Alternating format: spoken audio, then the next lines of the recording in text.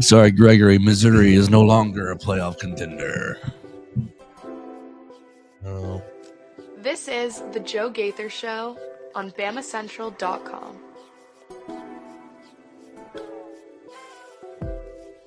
Good morning, Tuscaloosa. Good morning, Tuscaloosa, internet world. How we doing today? It's the Joe Gaither Show on Bama Central, BamaCentral.com.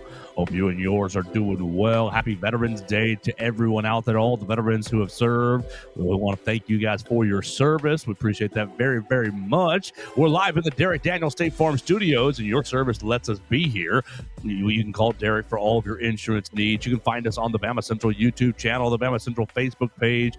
You can listen to us on Apple Podcasts, Spotify, Amazon, really wherever you get your podcasts. You can find the Joe Gaither Show on Bama Central. We're going to have a big day here with Mason Woods. Follow Mason Woods at MAWoods_ on the Twitter machine. And, of course, the program is brought to you by Purple Turtle Roofing. We appreciate Purple Turtle Roofing for jumping on board. Call them for all of your roofing needs.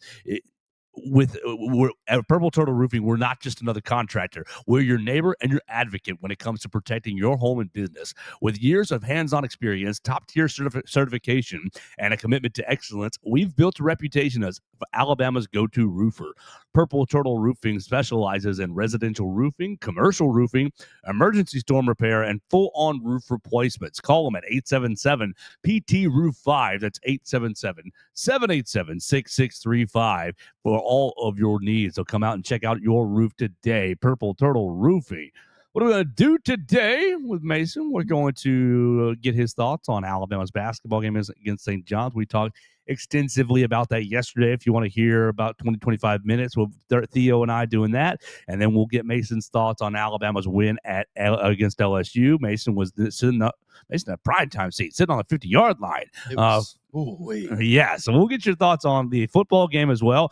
Basically, Theo and I did an hour 20 yesterday on both the football game and the basketball game. So if you want to hear my thoughts, you can hear it right there. But we'll get Mason's thoughts really to lead off the program, and then we'll start talking about this Alabama-Oklahoma game. We'll talk about some of the things that we discussed in the press room yesterday and some of the things that have popped out just on the initial look through of Oklahoma. So we're excited to do that right here in the Derek Daniels State Farm Studios. We encourage you to jump in and join us on the voicemail machine. I've got 2 voicemails today. I need to actually go ahead and load those bad boys because we got 2 voicemails today. You can call us at 205-462-7340. Excuse me, 205-462-7340 extension 800 if you want to be involved in the program on the voicemail machine. We'd love to take your call right there and get your thoughts as well. But with all that, Mason, as I load these voicemails, good morning. How we doing? How was the weekend? It was a great weekend.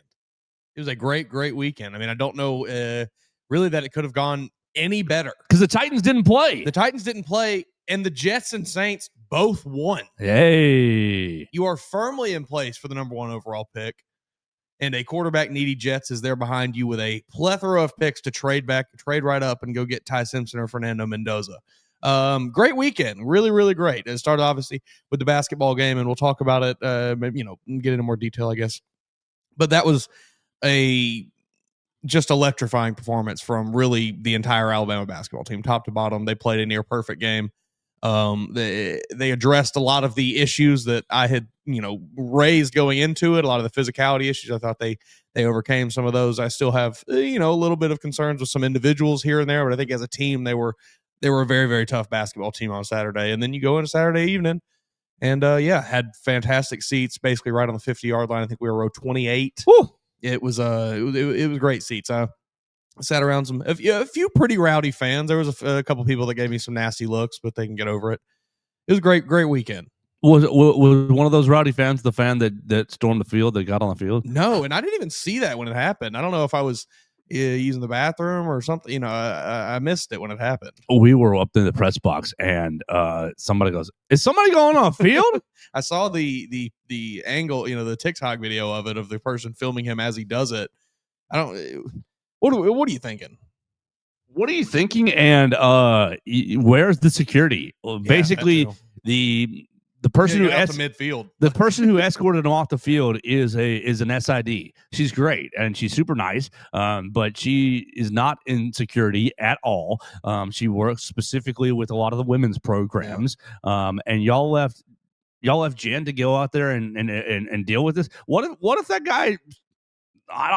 Look, You never know. We're gonna say the worst, but like, what if that guy just decked her? Sure, it was like, you know, I wouldn't want that on her. Or you can never tell what the mindset of someone who thought it was appropriate to run out onto the middle of the field is. Like, he's just walking out there, arms up, like la-di-da-di-da-da. And Jen goes out there, and you can see her from the press box going, "What are you doing? Come on, get off the field!" Cha-cha-cha. And I mean, good for her. Yeah. Security just not doing anything. Lapse in judgment, I guess. Oh well, but yeah. Too busy eating Denny dogs on the sideline. It was right after halftime, so they may have been having a delivery. We gotta figure something out with these concession stands. I'll pay any amount of money. I don't care. Charge me $35 for 2 beers. That's fine. But damn it, when we get to halftime, and I wait in line for 10 minutes, you better have a hot dog for me when I get up there. Woo! It's halftime. How are we already out? It was insane. It's preposterous. Who was planning? It's the one thing everyone gets. It's the cheapest food item you can get that's like actually real food. What? Like, are you stupid? There were still Chick-fil-A sandwiches, of course. Now, nobody wants to pay $12 for one of those. All I wanted was a dang hot dog. Infuriating.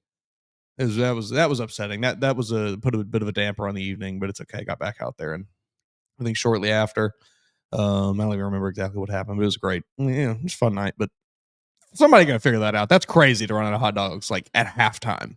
Did they have any on the grill or they were out? I don't know. They say they were out. Wow. We got it to the concession stand. And like I said, waited in line for about 10, 15 minutes. Halftime was dwindling down. And I get, I don't know, 6, 7, 8 people away from actually being up there to order. And there's a secondary employee, and he just says, "No hot dogs." It was like, thanks, man. Oh, that's a heartbreak. Yeah, it was tough. That was tough. That's a super heartbreak. Well, Mason, why don't you go right into the basketball game? Alabama goes 103-96 up there at St. John's. We talked extensively about it yesterday. LeBaron Philon with a new career high, two games in, 2 resets of his career high. Monday with 22, Saturday with 25. Well, does that mean you're just going for 27 on Thursday, LeBaron? Well, I mean, let's just keep it going, my man. Yeah. But didn't really, I don't think, what we said yesterday, didn't really take over the game into the last maybe a couple of minutes, really asserted himself, but really dominant in the pick and roll and getting things going, battling through a foul disparity that I thought was frankly unfair. What did you think about the basketball game? Yeah, I mean, we'll start with LeBaron Philon there. Like you said, didn't exactly take over the game until maybe kind of the last few minutes there, but like you felt his presence the entire time, and he was really the engine that made Alabama go. He was so good last year, but he is very much improved this season so far through just obviously 2 games, but I am incredibly impressed with what we've seen from LeBaron Philon. I think he is putting himself out there to maybe be a high-level NBA draft pick, hopefully this time, or not this time next year, when the draft does roll around. And then, outside of him, you had Aiden Holloway add 21. Taylor Ball-Bowen was fantastic, really responded to Nate Oates calling him out, I think. And then I was really impressed with Amari Allen. He continues to be a super good freshman, super physical, really, blue-collar type player. I believe it was him on that about a minute and a half left or so. I think it was LeBaron hits that step back 3. They go back down to the other side of the court. St. John's kind of fumbles their dribble, and there's Amari Allen on the floor to get it to. I think it was Reitzel to hit the and 1 there to go up. I think it was maybe 6 or 7 at the time. And that sequence was incredible. And there was a lot of those throughout the game where Alabama guys were really putting their bodies on the line to go try to get loose balls and things. Overall, I'd still like to see maybe a better defensive performance. I think St. John's was over 1 points per possession. I'm looking at the stats here. That's less than ideal, but I think that was 117. Yeah, I think 117. That's just how this game was going to be. I think this was going to be a game where you had to get out and run, and it was going to be whoever can outlast the other one wins it. And Alabama did just that. Wow. I was so impressed with this basketball team. That was a really, really amazing win. Yeah, yesterday I said since we both picked Alabama to lose, I said I'm happily to wear this crack this egg on my head, NATO's, Yes. please. Yeah, never been happier to be more wrong. Yeah, you were 54 points in the paint. 21 of 32 from layups or dunks total. So 20. So you obviously want to make a little bit more than that, but getting to the rim 32 different times, 21 fast break points, 14 offensive rebounds, out rebounded St. John's, really really huge. And to your point about Amari Allen, we didn't really talk about him at all yesterday, but 10 rebounds, 6 points, 10 rebounds, 2 assists, only 1 turnover, a block, and a steal. 7 turnovers as a team. Yeah. What about that? Man, are we sure that was Alabama playing on Saturday? Because good Lord. I mean, that's unheard of in this for this program the last few years. Mm-hmm. Man, it really was that looked like a Final Four team out there. Yeah.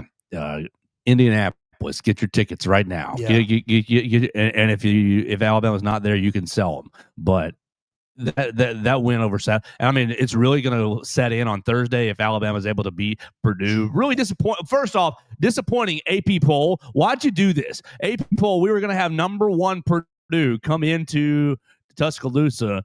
No, we're going to drop them down. Houston is now the new number 1. Purdue is number 2. Oh, well.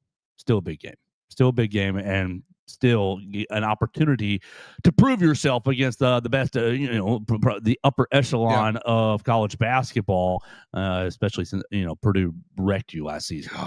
Yeah, you cannot have another game like that. You can't go into this and lose by 15 or 20 here. Really even like 10. You need to, at the bare minimum, be in this game and have it be competitive up until the very end. Ideally, go win the thing. Lost 87-78 last season. You had LeBaron really was the standout last year. 27 minutes, 18 points, 5 rebounds, 4 assists with only 1 turnover against Purdue. You ended up with Mark Sears 15, Latrell 11, Grant with 12. But LeBaron leading all scorers in that category. You only turned the basketball over 8 times against Purdue last season. So maybe you could. I'm trying to remember exactly what even it was, what it even was in that game. If shots weren't falling, 9 of 29 from the 3-point line. You were 31% right there. You got to the free throw line 15 times, 13 of 15, so pretty good right there. But really, you were 28 of 63 from the floor, so 44%. So not horrible there. Not winning basketball, but they went. They went 9 of 16 from the 3-point line. So Alabama shot 31%. Purdue shot 56% from behind the line. They had Taylor Kaufman-Wren, right? He went for 26 points, was dominating in the paint, 1 of 1 from behind the arc. But you had Fletcher Loyer was 17 points, 3 of 5 from behind the arc, and then CJ Cox came in off the bench and went 3 of 3 from behind the line for 11 points. So they shot incredibly well from the floor. 31 of 63 to Alabama's 28 of 63, but they got to the free throw line 10 more times, 16 of 25. Only 3 turnovers for Purdue. 3 turnovers to Alabama's 8 in that game.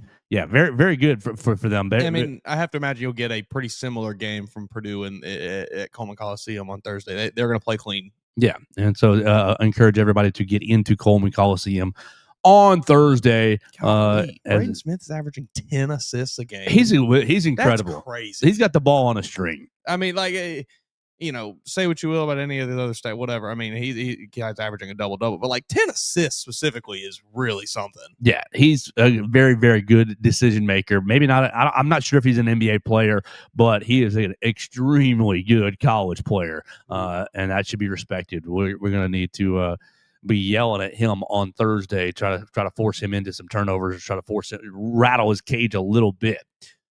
So Alabama beat St. John's 103-96. I don't want to cut you off on any of the Saturday basketball conversation before I ask you football. You good on that, or you got any? I mean, I gotta say it before we get off the basketball topic. Just one negative from Saturday. Sure. Is Aiden Sherrill ever gonna be a tough basketball player? Is he ever going to play up to the size that he possesses? Is he ever going to play up to the potential that he has, the ceiling that he could reach? because he just continues to run through the motions out there and look, like I don't even know, he like a scarecrow just standing there and doing nothing. I couldn't tell you. I mean, honestly, frustrating. he looks like he looks like he's got serious baby deer tendencies. Yeah, I mean, 4 for 9 from the field, that's great. 9 points, that's awesome. 2 rebounds. You're basically 7 feet tall. You're big. I mean, you're one of the biggest guys on the team besides Noah Williamson, probably. Like, got to go in there and bang, man. Get some boards. Golly, yeah, I've been disappointed with him. I had hoped that this season would be a big breakout for him, and there obviously is still a lot of time for that to happen. No blocks, but yeah, he's got to be better. He needs that Taylor Bowen call out from Nate Oates. And Bobo, like Bowen was awesome, incredible. You saw exactly why Coach Oates was riding him so hard.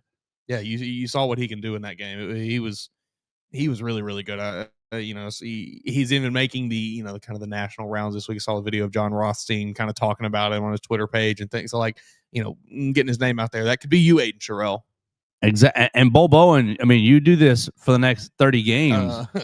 You find yourself in the NBA, big guy, very quickly, making lots of money. Yeah, absolutely. So Aiden Sherrill, maybe this could be your chances. And I wonder what this team's going to look like when you add Keaton Bristow and you add Jaleel Hurley, Joe Bethea, Jaleel Hurley. Jaleel Hurley is a basketball player too, right? Jaleel Bethea is going to be back in about January, so mid-January. Defensive back for Kansas. All right. Didn't he go to Alabama? Yeah, that's why I know his name. He's from Florence. Transfer. Right. Yeah. That's why I know his name. That's why it came to my. I was like, why did that name come to my tongue? 1 year at Alabama. So we'll see what happens going forward. We'll see what happens on Thursday. But I agree with you. You got to get more from your bigs. Bowen was outstanding. Aiden Sherrill and Noah Williamson, not so much. Take some of Aiden Sherrill's minutes away and give them to Amari Allen. Yeah. I know it's not a 1-for-1 comparison there size-wise, but Amari Allen plays above the size he is.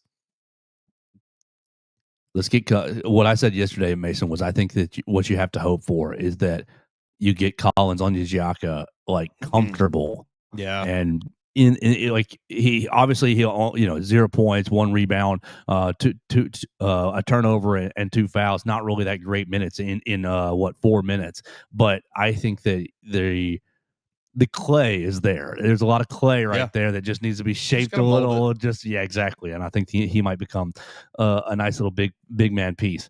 So we'll see what happens on Thursday. All right. You just need one of those forces inside. Some help. I said that they played like a Final Four team on Saturday, but they will not make it to the Final Four unless someone emerges there. Yeah, absolutely. All right, so into the night as Alabama has already gotten a huge basketball win. Everybody pours into Bryant-Denny Stadium, and Alabama puts on a lackluster 20-9 win. I mean, defense was stout. What'd you think? Alabama beats LSU. Your whole kind of reaction, your whole kind of experience outside of the concession stand. Come on, Greg Byrne. We got to get more hot dogs in there. Come on. Defense. I'll start with the defense. Defense was great. I don't really have any complaints on the defense. I think. I really thought top to bottom they played pretty fantastic. You got great pressure. You got some sacks. You got Garrett Nussmeier off his spot, like we kind of talked about going into the game. You literally forced them to bench Garrett Nussmeier. LT got a sack. Yeah, LT got him a sack. It was a really, really good, from the entire unit, defensive backs, linebackers, safeties, defensive linemen, edge rush. Everybody played really well on Saturday, I thought. And the offense was lackluster. That's probably a good way to put it. I don't think the offense was like, gouging my eyes out, throwing up in my mouth bad or anything. We've seen the Alabama offense look worse before. I don't know about this season, maybe, but it was not a great game. It was a C performance from the offense, probably, which is a little concerning because it seems like we've gotten 2 or 3 C performances from the offense in a row now. And you going to Oklahoma's a good football team. Oklahoma is a good. I feel like Alabama got through that stretch of games there where you played the 4 ranked teams in a row, and then it's kind of like we forgot that Oklahoma's sitting there on the back end of the schedule waiting for you. And here they are. It's still a very good football team. I know they lost to Texas. I know they've lost to what was their other loss? Didn't they lose another one? Yeah, they did. I can't remember who it was to now. But regardless, Ole Miss. Yep, that's right. They bring a talented football team in that will be very hungry, that will be looking to extend their win streak over Alabama after a painful game last season. I hope that what Kalen DeBoer said yesterday is reigning true, where the players need to be remembering what happened in last year's game. But we will just see. Yeah. I don't know what to make of the offense really though. It doesn't seem like you can connect on deep balls all that well right now. You did have the one I think Ty connected on. I don't know now. I can't even remember who caught it. Lazier Brooks. Yeah, that's right. So yeah, you had that one. But yeah, it just kind of felt like it was pulling teeth to move the ball on Saturday night, and it probably all just continues to go back to the run game. Was that pulling teeth because Alabama bad or because LSU good? Probably a little bit of both. I think it's maybe a little bit of both. I do think LSU has a lot of talent on that defense, and they were playing with a new sense of whatever you want to call it, with Brian Kelly being gone now, Frank Wilson taking over. There's a little bit of juice about the team, so you going into a hostile road environment, you had some motivations. Like I get that LSU is still a talented football team, but you still didn't run the ball well. Still can't run the ball 56 yards on the ground, and 56 yards. That's where it all starts. If you can't set up a run game, you can't force a pass game. 56 yards on the ground with, 34, add 5 more, 39 coming from running backs because Kevin Riley got himself a carry as well. You had, 8 and 8, 16 carries, 39 yards on the ground for the running backs. I mean, that's atrocious. Yeah. I think it continues to be an issue of a lack of quickness, a lack of athleticism along the offensive line. Guys aren't able to get out and move people around like they need to in the run game. 2.4 yards per carry by the tailbacks. Yeah, I don't know how you fix it at this point. You heard Ty Simpson say, "Oh, it's all a mental thing," and then you heard Ryan Grubb say, "I don't think it's a mental thing." I tend to agree with Ryan Grubb. I do too. But we will just have to see. I don't know how you fix it at this point. We have talked about it endlessly for 11 weeks now, 10 weeks now, whatever it's been. Is it time to take the shackles off AK Deer? It's not going to do anything.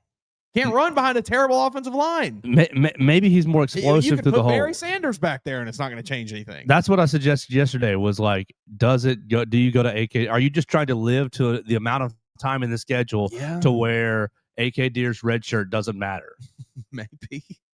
Oh man, I don't know. I don't think that you are a running back away from fixing this running game problem. You are offensive lineman away. You're 25 pounds away from fixing it inside your offensive line. Just slim down about 30 pounds, 40 pounds across the whole unit. Oh my gosh, just drives me nuts.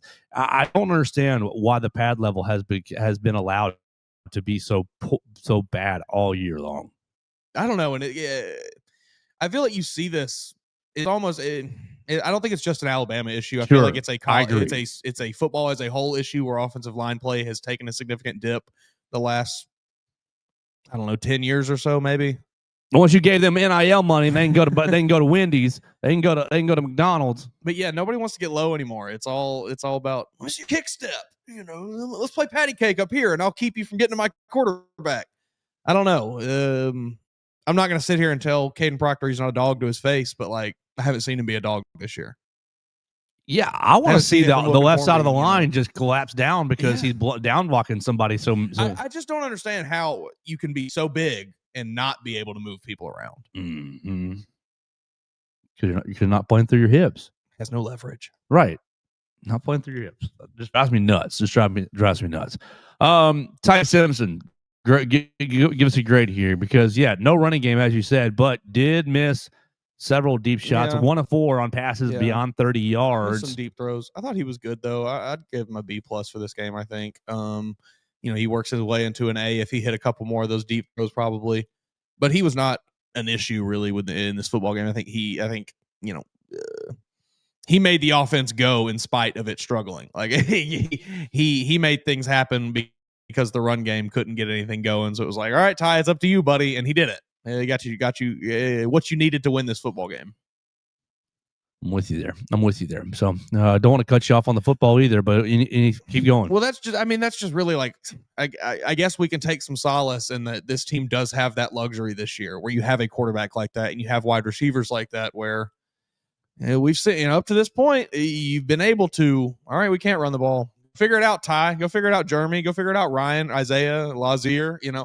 I shudder at the day when a team will come into wherever you play them, whether it's Atlanta, whether it's further down the road, whether it's Bryant Denny Stadium in a home playoff game or something, and they truly, have the ability to test Ty Simpson and get a lot of pressure on him and lock up your receivers, because I don't know who you turn to after that. 43 passes against Florida State, 43 passes against South Carolina. Those are your high marks for Ty Simpson. Does he get to 50? Does he get to 50 against Oklahoma? 50 passes, because, oh boy, we can't run the ball at all. No, I don't think so. But he's going to be right up there again. I mean, he'll be right in that 42 to 45 range probably, because he's going to have to throw the ball a ton. I don't know that Oklahoma has exactly the same kind of dynamic pass rushers that a South Carolina had. They do, I think, have better players than Florida State had. That game continues to just be a weird. I mean, they laid all their cards on the table and just completely collapsed after at Florida State. So good on them. Never seen a team that's more of a front runner than that. That's crazy. But yeah, I don't know that Oklahoma has exactly the same. So, I don't know that they'll be able to get after Ty quite as much as, or be able to not even get after Ty, but just like slow the offense down quite as much as South Carolina was, where you're just constantly in the backfield, like every play it felt like. So yeah, I definitely see a 40+ day for Ty, but maybe not quite 50. Well, we're gonna find out on Saturday. He went 277 and one touchdown. I say that. I say all of that. Like, I'm still confident that you win that game, even if Ty's doing that, because he's that good this year. Has been that good this year. The receivers have been that good this year. The offensive line has been good enough at pass blocking this year to let you make those things happen. Yeah, I just don't know that 20 points is 20 points going to be enough to take down Oklahoma. I mean, it might. I mean, if your defense is playing that way, you don't give up any touchdowns at all, they score 33 at Tennessee, 26 at home against Ole Miss. They beat South Carolina 26-7. Texas held them to 6 points right there in the Cotton Bowl. That was a weird one. 44 points against Kent State. They scored 24 against the Auburn Tigers, 42 against Temple, 24 against Michigan, and 35 against Illinois State. Yeah. I don't think you're holding this Oklahoma team to 9 points. 17. Yeah, that's probably about where you need to aim. I don't even know if you're going to be able to do that. I think Alabama, the offense, you're going to need to score a couple more times than you did on Saturday, this previous Saturday night. But I still feel good. I think Ty and these wide receivers and the way the offensive line can pass block are good enough to win football games still, regardless of how bad the run game is. I don't know that they can win football games against an Ohio State, but Oklahoma, sure. All right, let me throw this at you and see how you feel, because we're already starting to shift the conversation to Oklahoma is what it seems, and we'll hit the voicemail line in just a moment. 205-462-7340 extension 800. If you want to be involved in the program, leaving us a voicemail. Yesterday, we got to talk to Ryan Grubb, Kane Wommack, and Kalen DeBoer, and fine press conferences. But I'm going to be self-servant right here and talk about my question with Kane Wommack. I'm going to ask you, does this make you nervous? The last time that he played, Ben Arbuckle, the offensive coordinator for Oklahoma, Ben Arbuckle was not at Washington State with John Mateer. He was at Western Kentucky, and he played the Western Kentucky Hilltoppers played the South Alabama Jaguars in the R&L Carriers New Orleans Bowl, and the Hilltoppers won 44-23. What that was with Clay Helton, and was that when what's his name, Daly Zappi was there? No, this is Austin Reed, okay. Great Chicago Bear. Austin Reed is playing quarterback for the Western Kentucky Hilltoppers. Actually, he's not on the roster anymore, but he and Caleb Williams were apparently the best for him. Good buddies, right? Western Kentucky, 677 yards of offense, 522 through the air, 155 on the ground. Austin Reed was 37 of 56 with even throwing one interception. There were 6 of 13 on third downs. So South Alabama lost two turnovers. They threw 2 picks to Western Kentucky's 1, but gave up 677 yards of offense. It looks like they threw a little trick play here. Dalvin Smith was 1 of 1, 25 yards and a touchdown for Western Kentucky. So 5 passing touchdowns collectively between Austin Reed and Dalvin Smith. They ended up with running backs, multiple ball carriers, Marquis Stepp, 7 for 63. Davion Irvin Poindexter, 9 for 33. You had Michael Matheson, 1 for 31. Austin Reed scrambled around, 4 carries, 25 yards. No touchdowns on the ground. Malachi Corley's on that team, a New York Jet, right? 11 receptions, 114 yards, and 2 touchdowns for Malachi Corley. They had 3 different receivers go over 100 yards. Dalvin Smith, 6 for 145 and a touchdown. Jalen Hale, 9 for 138 and a touchdown. And we just mentioned Malachi Corley. You ended up, do we have, ESPN loses the defensive stats pretty much as the games go on in the archive. So I can't see if South Alabama generated any pressure on Austin Reed, but I'm going to guess no. If you allowed 497 yards passing to him, 4 touchdowns and an interception. Obviously, this game was many years ago. This game was what, 2022 bowl game of December 21. Tyson Helton also, not Clay Helton. Okay. I think I get them confused. 2022. So many years ago, almost 3 years ago. Yeah, way different rosters, obviously. And the reason I wanted Kane Wommack to be like, when I asked him about it, well, we had players in the portal and we had players not play and this, that, but he didn't even go there. He goes, I go, what did you remember about that game? What has been Arbuckle do very well? What are they doing at Oklahoma very well? And he goes, well, we got our bleep kick, so thanks for reminding me of that. And I was like, sorry, coach. he goes, I needed an edge this morning, so thank you. I was like, okay, you're welcome. Good stuff. What do you make? The last time Kane Wommack faced a Ben Arbuckle offense, 600 yards of offense. He allowed 600 yards of offense and 44 dadgum points. Yes, it's a bowl game, so they were probably just unloading the clip in a bowl game. What's your thoughts here? It's worth noting that Western Kentucky team did average 37 points a game. Okay. Did average 350 yards a game. Austin Reed threw for almost 5,000 yards that season. I mean, Austin Reed was a beast. It was, it's a little indicative of the offense that they ran there. They did that to most teams that they played. They went 9-5 that year with a lot of massive wins. Am I a little concerned? Sure, because obviously it was even further like of an outlier than what they did to most teams this season. Sure. They beat them extra handily. So I'm sure there was a few wrinkles in there that maybe got under Kane Wommack missed and things like that led to some chunk yardage or some chunk plays for Western. But overall, no, I'm not super concerned. I think that was kind of what Western Kentucky did. Like that was just what they did to teams that season. They threw the ball a ton. Austin Reed 603 pass attempts on the year. I think it's just that system. Like that was just the way that they did that to a lot of teams. I'm not super concerned. My level of concern is probably like a 5 out of 10 with that.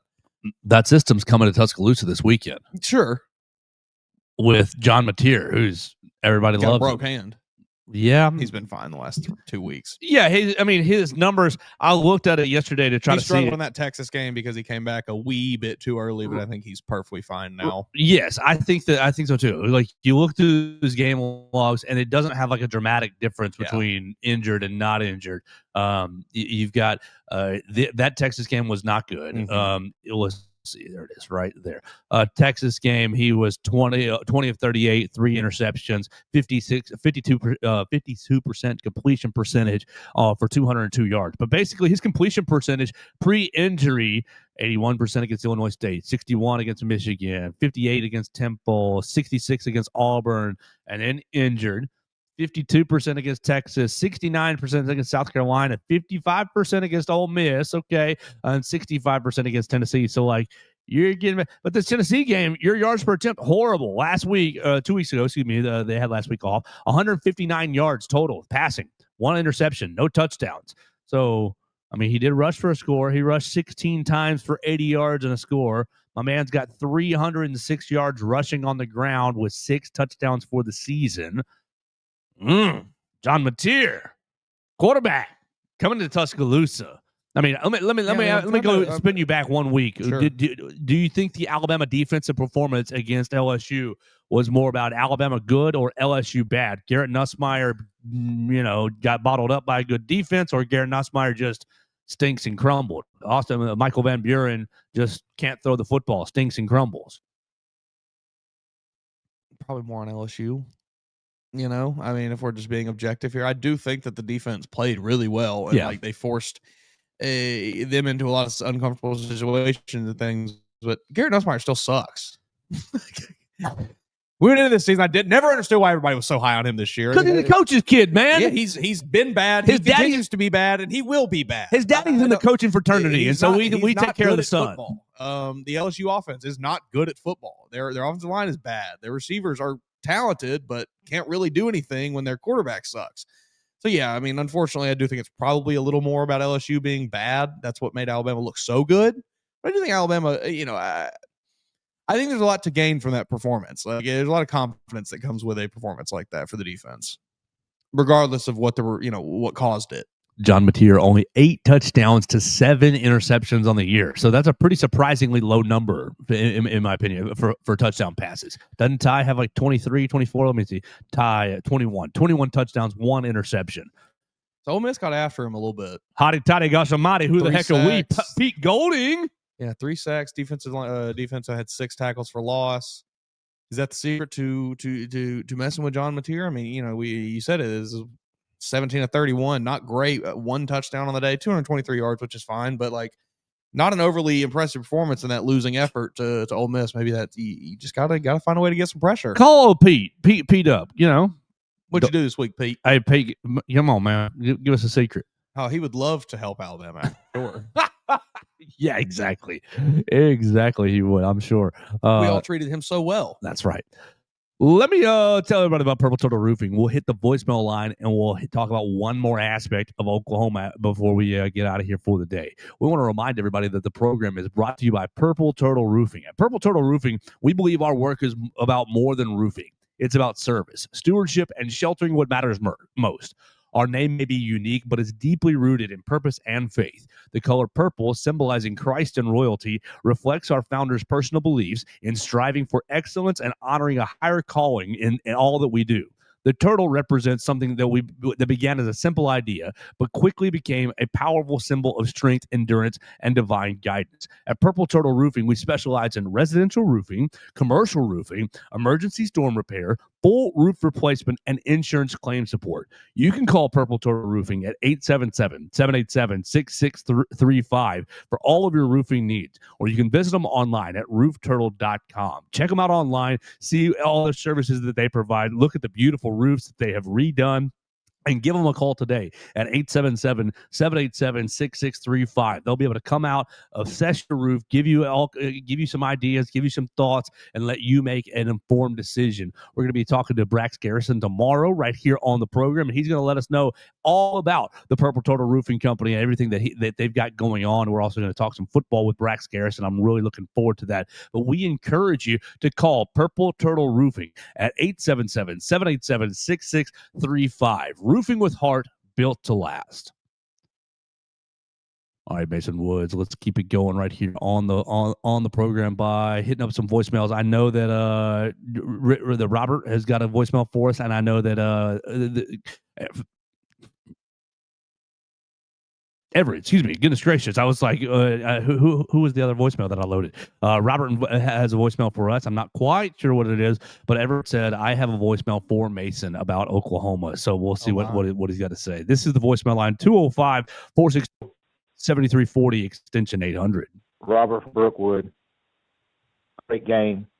Wasn't what I expected. It was kind of ugly, but hey, anytime you get a win against LSU, it's great. I have been getting on to people for the last few months about they constantly call in Ryan's show or say here on your show that we have no running game, and I remind them that in the fourth quarter of every game, we find a running game enough to move the chains. This Saturday night, we didn't have one. I'm starting to get a little concerned. I don't know if it's the O-line. I'm starting to think it's Jam Miller. I don't know if he needs glasses. He's not finding the hole. But we've got to get some sort of semblance of a running game. It doesn't have to be like the Nick Saban years, 250 yards a game. But if we could get 130 to 150 yards a game, this offense would open up more. But if we don't, we're not going to win a championship, SEC or national. We could make the playoffs. I don't know, but we've got to start doing a little better. The passing game was off a little bit the other night, but we could have scored more. So, I mean, we're winning. Defense looks great. They're A+. Offense, I'll still give them a B+. Great show, guys. Thank you. Robert from Brookwood right there talking about the running game. Is it Jam Miller, Mason Woods? If you swap Jam out. Like, I mean, I just said it a minute ago. Like, I don't think it's a run. I don't think a new running back is fixing this issue. I think it begins with your offensive line. You have to either get some guys in that are actually athletic and can move and have good footwork and can get out of their stance and can use a low pad level and can play the position correctly, or you're just going to keep treading water or what you got.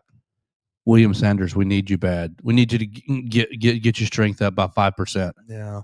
Because I think William Sanders plays with really good pad level. Yeah, that's what you're missing. I think it's an offensive line problem. I think Parker Brailsford plays with good pad level, but is just a little bit light. Yeah, just probably. A little bit. It's like this weird dichotomy. Either the player, whichever offensive lineman, plays with good pad level and is too light, or the player is too heavy and plays with poor pad level, way too high. And it's like you can't find the balance in between them. And Robert's right. I mean, that's basically what Theo and I debated yesterday, Mason, so I'll get your question. If the running game stays exactly as it is, mid to, not so hot, can this team win a championship, SEC or national championship? You can win the SEC still. I feel confident enough in Ty Simpson's ability to go beat Texas A&M. You're not beating Ohio State, though. Ohio State is the measuring stick. Like that's who we're stacking up. That's who we're measuring against here. I know that a lot of Alabama fans, myself included, don't really have much love for the Buckeyes up there in Ohio, but like that is the measuring stick this year. That is the top dog. That's who you're trying to beat. That's the best team in the country. I don't think Alabama, with the current as you know, if season ends right now, we go into the playoff. You're not beating Ohio State. Mm-hmm. You might beat Texas A&M though. Got to figure it out. Let's keep going here. Robert from Brookwood, thank you so much for the call. Love all your interaction. And the Panthers didn't have a horrible year. The Panthers made some strides this year. Brookwood Panthers. This season. Like Carolina Panthers. Yeah, they're okay. They're 5-4, I think. Nah, Brookwood made a couple strides. They broke a huge losing streak, and got themselves, I think, 2 or 3 wins. Let me see what the real website has. Obviously, they did not make the playoffs, but they ended up with 3 wins. Yeah, beat West Blockton, beat Chilton County, and ended the year with a big old win over Paul Bryant. So 3 wins was a big market improvement after not winning a single game last year. Been there. That's a hard year. That's hard. About week 5, you really start to set in like, oh man, we're really not going to win one, are we? But the Panthers got 3 this year, and so they'll hopefully get a couple of more, even more next year. So appreciate it. Robert from Brookwood calling us on the voicemail line, 205-462-7340, extension 800. We'll keep it going with Everett. Everett that said he was calling for you, Mason. Hey guys, it's Everett from Marion. I love y'all's show. Question for Mason and question for Joe. If the offense does not get on track Saturday, can Alabama's defense keep Alabama into the ballgame? And looking forward to y'all's show. Thank you very much. And roll Tide, roll Bama, of course. Bye. Perfect. Thanks so much, Everett. At Mason Woods, if the offense doesn't get on track, can Kane Wommack and his defense keep the Crimson Tide hanging around in the game? I think so. I've only really got I'm trying to pull up here exactly how many times John Mateer's been sacked this season. Of course, ESPN doesn't want to give me that information right at my fingertips. But Ole Miss was able to get after him. I think other teams have been able to get after him a bit this year. I imagine Alabama has a decent chance to get after him in this game a bit, get you 1 or 2 sacks maybe. Oklahoma has allowed 20 sacks on the season, so they are not bad. They are 10th in the conference. So Auburn is last in the conference at 39, Auburn 39, South Carolina 34, Mississippi State 32, Arkansas and Oklahoma, Kentucky and Missouri all tied at 20. So I think you have an opportunity to get after the quarterback a bit in this game. This is a chance where, similar to like you had against LSU now, John Mateer, I think, is a good bit more athletic than Garrett Nussmeier is and will be able to wiggle and weave out of those situations a little easier than he will. He probably won't, spin into a 20-yard sack like Garrett Nussmeier did. But I think you'll be able to get after him nonetheless. So, yeah, I think Alabama's defense can step up and similar to how they did this past weekend, kind of, secure a victory for them. Maybe not actually be the one that gets the points, but keep the other team from coming back and winning it. Yeah, for you had a 2-game streak where Alabama's defense put up a touchdown. Tennessee and Missouri getting a touchdown. This would be a great way. Look, you could definitely get, I know that the one Texas game is a bit of an outlier for John Mateer, but like Hook 'em. he still throws some interceptions. The guy's he's going to put the ball into some dangerous spots. 7 on the year was a lot higher than my. only 8 touchdowns this year. Right. I don't know that the offense is as electric as the general perception is. And I'm going to be watching Oklahoma pretty much the rest of the day and the rest of the week after we talk to some players. Going to reach out to an Oklahoma writer pretty soon to see if we can't get somebody on. You got to figure out what Ole Miss did. Hotty toddy, gosh almighty. They did something. That's right. So we'll see if the defense can keep them in there. I am fairly concerned that Ben Arbuckle might have Kane Wommack's number, but new players, new personnel, new place, new scenario this weekend. It's not the RNL New Orleans Bowl. You never know. Maybe South Alabama was enjoying Bourbon Street too much that week. You never know. Yeah, that's right. All right, I got one more topic, Mason, on the Oklahoma game, and it involves the red zone. If you haven't seen this yet, Oklahoma has had, 28 red zone trips this year. How many times do you think that they have put up points in those 28 trips? Okay, well, there's one of two reasons you're telling me this stat, and it's because it's either shockingly low or shockingly high. And my gut tells me that it's shockingly low. Ooh, how about it shockingly high? 28 trips. 28 trips to the red zone, 28 scores. Wow. 14 rushing or 14 touchdowns and then 14 touchdowns and 14 field goals. 7 passing touchdowns. Excuse me. No. That's not right. 28 red zone attempts. Red zone rushing touchdowns 14. Yeah, that's right. Red zone rushing touchdowns 14, red zone passing touchdowns 7, red zone field goals 7. So you've scored 21 touchdowns on 28 tries, and every other attempt you've kicked a field goal. You are one of 2 teams, the Oklahoma Sooners and the Eastern Michigan. They're not the Spartans. Eastern Michigan Redhawks, maybe? No, I don't know what they are. Eastern Michigan is the other team that has a perfect red zone record on 31 trips. 9 games, 28 trips to the red zone, 28 scores. Now, go to the other side of the ball. Mm-hmm. Let's see. Red zone defense. Let me click on it and make sure I have it right. Yeah, red zone defense. Where does Alabama rank nationally in red zone defense? Pretty good, I would think. Mm-hmm. Pretty dang good, I would think. Top 10? That's fine. I went to rushing. Red zone defense. I went to rushing defense. That's not what I want. Yeah, top 10 is correct. They are number 1 in the SEC. They're number 8 overall. They have allowed 24 trips to the red zone in 9 games. In those 24 trips to the red zone, they have allowed 8 rushing touchdowns, 3 passing touchdowns. So that's 11 touchdowns and 6 field goals. So on 24 trips to the red zone, they've given up 17 scores, with 6 of them being field goals. They're 8th in the conference. So you're not really letting people get to the red zone that much. You are 8th in the conference or 8th in the country in allowing teams into the red zone.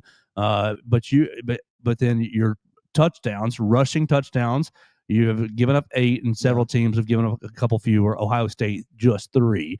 Your passing touchdowns, you've only given up 3 passing touchdowns in the red zone, and then the rest you've held them to field goals. So the defense has been bend but don't break. We might let you get to the red zone. We'll play you in between from 20 to 20 yard line, and you might bust off a big play. But once you get to the 20, or once you get really to about the 30, we'll start buckling down. What gives on Saturday? Alabama's rushing defense, red zone defense, or Oklahoma's red zone offense? Because you've got 2 competing forces against each other. An unstoppable force meets an immovable object.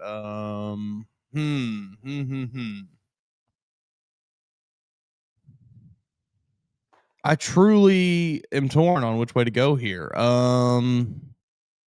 I'm going to ride with the Alabama defense. I think the Alabama defense breaks the Oklahoma red zone offense and forces them into some uncomfortable situation, holds them to some field goals, forces some turnovers maybe in the red zone.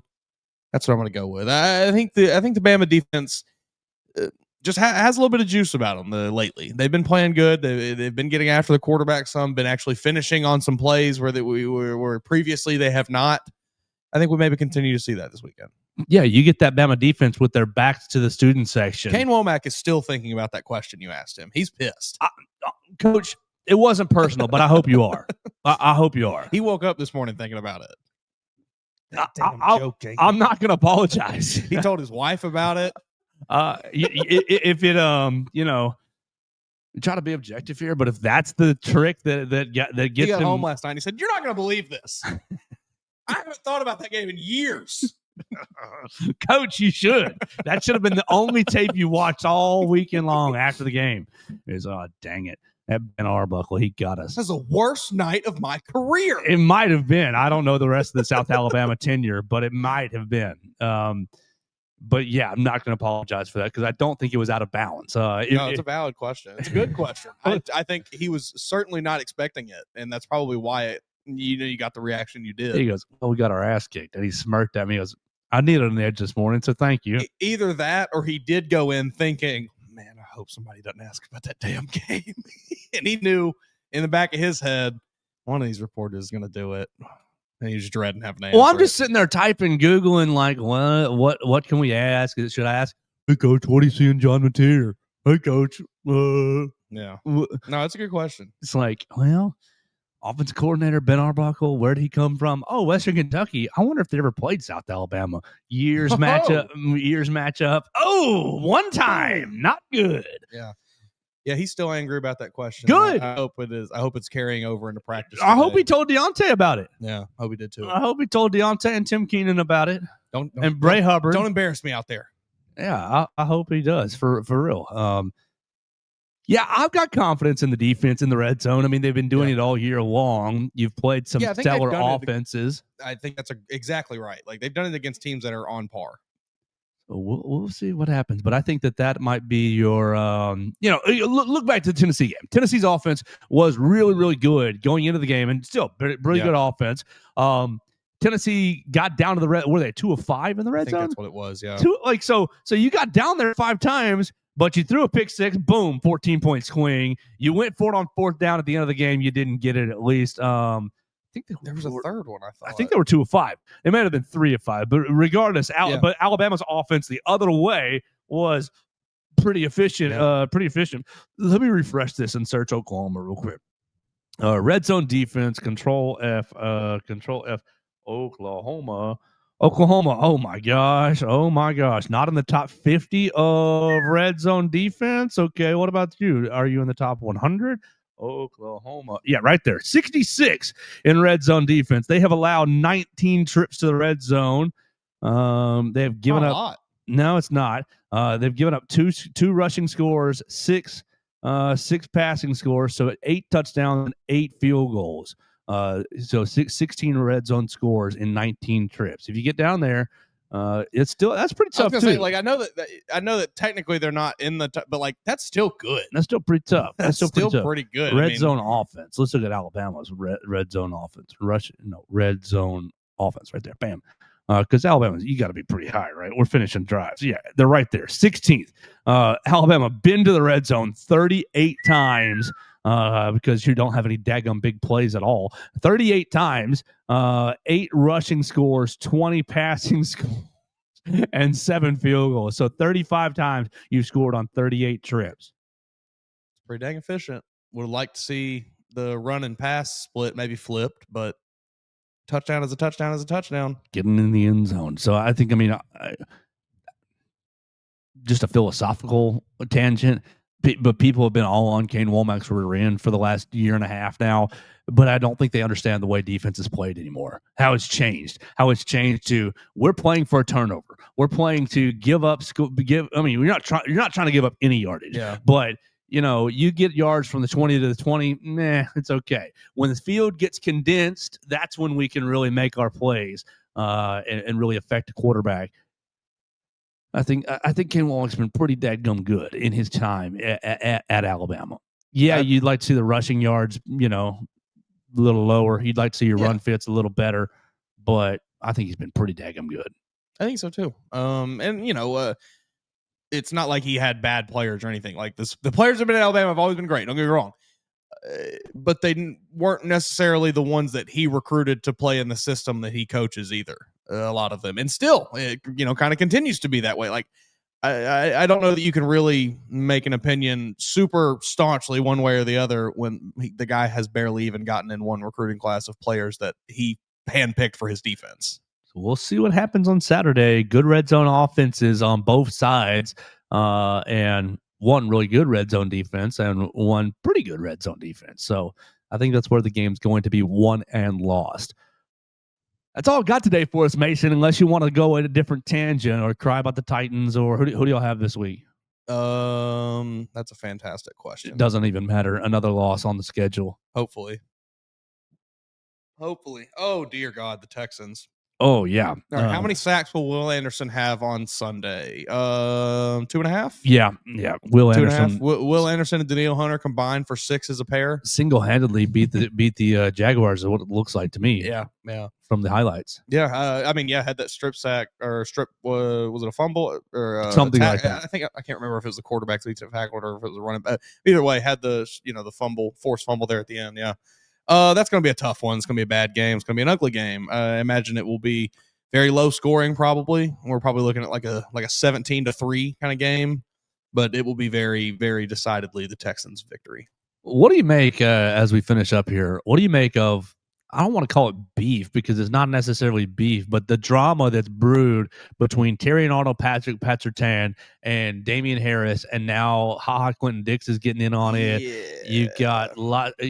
So if anybody's not living on the internet like we are, Pat Surtain and Terry and Arnold have a little podcast, and they're talking in this particular clip about the green mouthpieces and about how. Was it Brian Branch was wearing them or somebody? Yeah. And a whole group of DBs. Bo Scarborough comes in and was like talking to the team and green's not our color. Why y'all wearing this? Mm-hmm. Making a big deal of it. And instead of the team saying, "Yeah, Bo, you're the man. We'll stop wearing it. We'll wear white or crimson or black or whatever." Bryce Young said, "Hey, we're all going to wear the green mouthpieces to kind of yeah back in Bo Scarborough's face." And they're all laughing about it on the podcast, and ultimately the team didn't make the playoff that year. And Damian Harris is like, "Yeah, that's what goes on the internet," and like basically posts his comment. That's why I don't go. That's why I don't go back to the facility and talk to these players because they don't respect us. They don't listen to us. Is that why you don't come back, Damian? Basically, these young boys don't respect what we've done. Look, I don't know Damian Harris. I've met him one time in my life, and it was in passing on a bus going to class when I was a student. He was not the kindest person in that short interaction that we had, but whatever. I do not get the general vibe that he's all that well liked around these parts. I don't know either. From the I'm talking about from the players in that facility, in that Malmo facility. I have never really understood that Damian Harris is somebody that people are clamoring to have come back to campus anyway. Now, I don't know. Clinton Dix went out there and was like, "That's not the vibe, man. You got to come back. We want you back. We want you to talk." It might be that way with other people.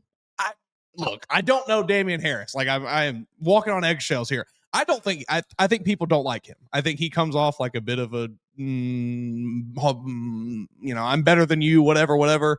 And I think he rubs people the wrong way. And I imagine that probably contributes as to why people do not want him around in the Malmore facility, more so than, well, he's just an old head. Well, the phrase that he hung on to was, Bo Scarborough or whatever his name was. Yeah. And it's like they didn't play together, man. They're not friends. Right. Sometimes when people talk to me and I'm just talking about that interaction, is it John Smith or John whatever? You know what I'm talking about, right? It's a very you remember normal him? Thing. Yeah, I think Damian Harris is just being weirdly in his feels about this. I don't know what his issue is. You a green mouthpiece guy, or do you care? I don't give a damn. Who cares? I don't care what color the mouthpiece is. Just only have one of them. Just put it in your mouth. I don't even care about that. Just only wear one. I'm sick of seeing two and then one stuck in the top of the helmet. That's weird. Yes. But yeah, I could care less what color mouthpiece. Stick it in your mouth, bite down on it, and get ready to hit somebody. I think Damian Harris is. I don't know. He's made a bit of a brand for himself of talking down on the zigging. Current, yes, he seems to. I think that's just his MO a bit. Maybe a little bit. You want me to reach out to Damian, see if we can get him on? That's okay. Why not? Let's see what he's up to. I mean, all he can say is no. We can get Terrian on. I'd love Terrian. I'd rather have him on. Porque no los dos. Why not we'll both? have a meeting of the minds. Yeah, absolutely. We won't tell him though. Surprise! Hey, Terrion, do you know who this guy is? Damian Harris or whatever his name is.